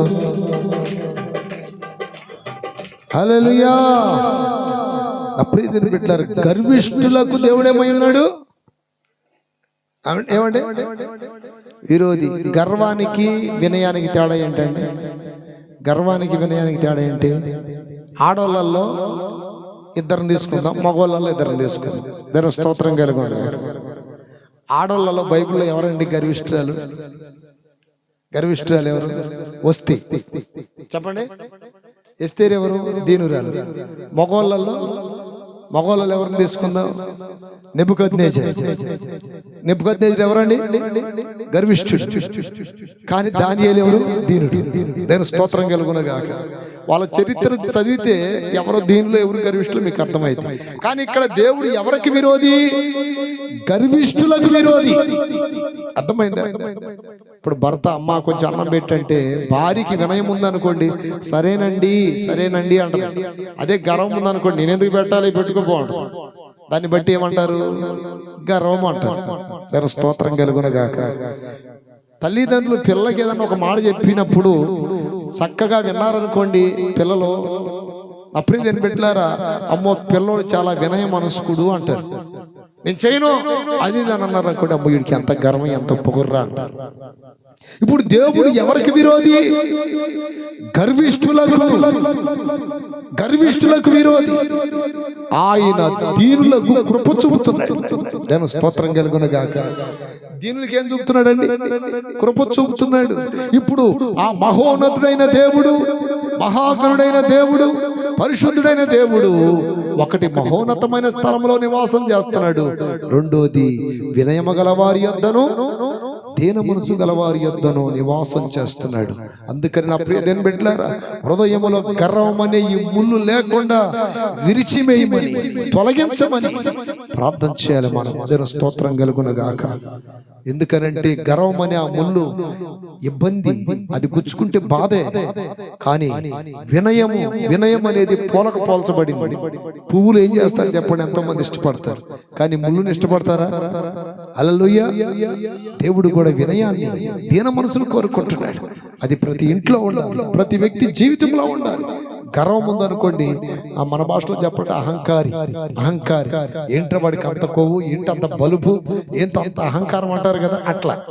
అయితే దీన మనసులో చాలా తగ్గింపు గలవాడయ్యా, చాలా వినయ మనసుకుడయ్యా. ఎన్ని ఉన్నా సరే అస్సలకి ఎక్కడ కొంచెం కూడా లేదయ్యా అతను. నా ప్రియ దేవుని బిడ్డలారా, మనుషులు మెప్పు కోసం కాదు, కానీ దేవునికి అవసరమైన ఆ వినయము, దీన మనసు కొరకు మనం ప్రార్థన చేయాలి. ఆయన అంటాడు కదా, నేను సాత్వికుడను దీన మనసు గలవాడను. చేతుల పైకి ఎత్తి గట్టిగా చెప్పాడు.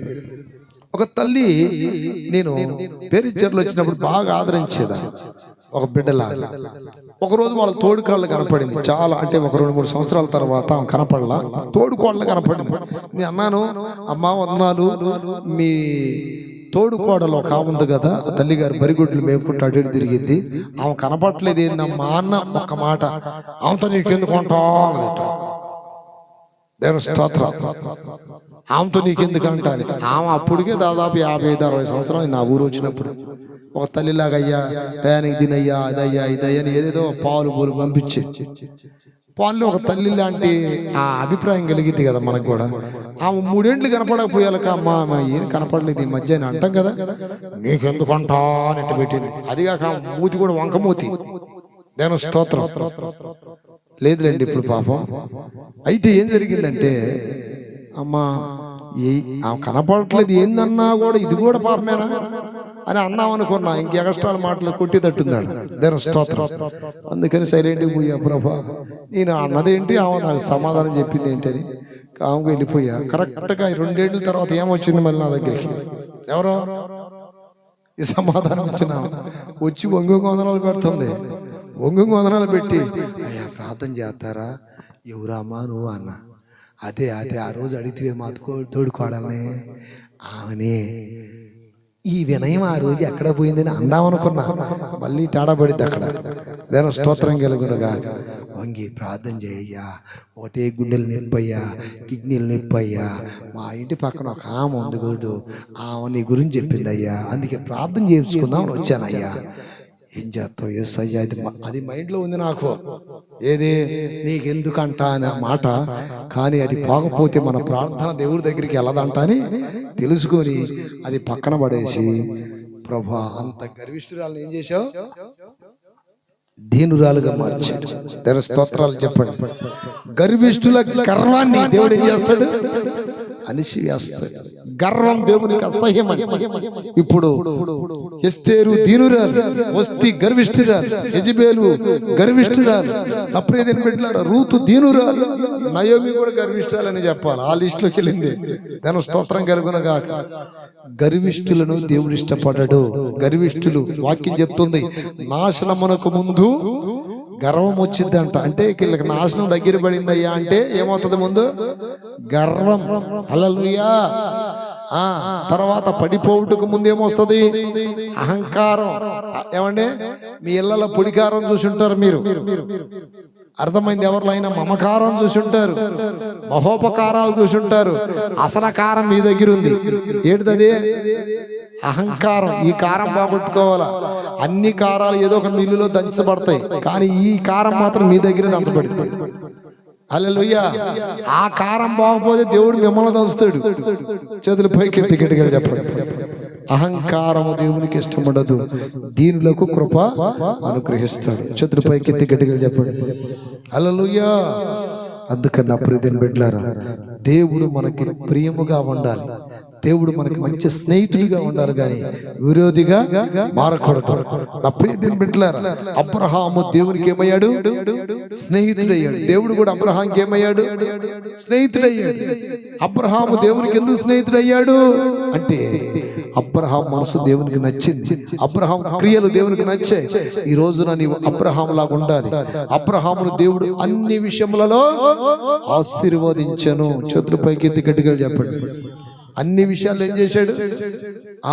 ఆశీర్వాదం ఎందుకు వచ్చింది? దేవుడికి నచ్చాడు కాబట్టి, దేవుడికి అనుకూలంగా ఉన్నాడు కాబట్టి. అప్పుడు బిడ్డలారా, అబ్రహాం లాగా మనం మార్చబడాలి. దేవుడు మనకి విరోధి, శత్రువుగా ఉండకూడదు, మనకి మిత్రుడిగా మారాలి. అబ్రహాము వృద్ధాప్యములో దేవుడు అతని కోరికను తీర్చాడు. అబ్రహామును అనేక మందికి తండ్రిగా మార్చాడు. ఆకాశం నక్షత్రముల కంటే దేవుడు విస్తారమైన సంతానం ఇస్తానని వాగ్దానం చేసి నెరవేర్చాడు. ఈ రోజు నా ప్రియ దేవుని బిడ్డలారా, దేవుడు నీకు విరోధిగా మారాలా? దేవుడు నీకు మిత్రుడిగా మారాలా? అందరు పైకి లేచి నిలబడి ఒక్కసారి దేవుని ఎదుట మీ జీవితాన్ని దేవుడికి అప్పగించుకోండి. ఆయన పాపులకు విరోధి, ఆయన గర్విష్ఠులకు విరోధి. హల్లెలూయా, హల్లెలూయా. గర్విష్ఠులకు విరోధి, పాపులకు విరోధి. పాపమనగా అనేకములు అనేకములు, దురాశలు పాపమే, సకల దుర్నీతి పాపమే. ఏ పాపం ఉంది నీలో?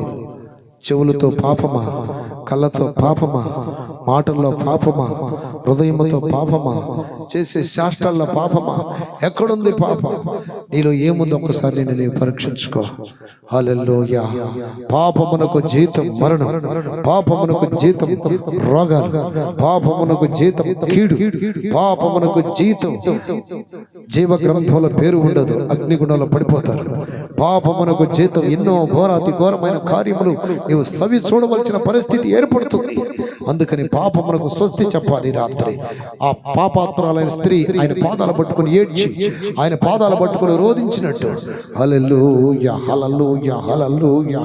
ఓ దిక్కియాలందరా, హల్లెలూయా, హల్లెలూయా. నీలో ఏ పాపం ఉంది? నీకు ఎందుకు కీడు జరుగుతుంది? నీ ఇంట్లో ఎందుకు కీడు జరుగుతుంది? ఎందుకు నీ పనుల్లో కీడు జరుగుతున్నాయి? ఎందుకు నీ జీవితంలో కీడులు జరుగుతున్నాయి? ఎందుకని మేలు పొందలేకపోతున్నావు? ఎందుకు ఆశీర్వాదం చూడలేకపోతున్నావు? ఎందుకని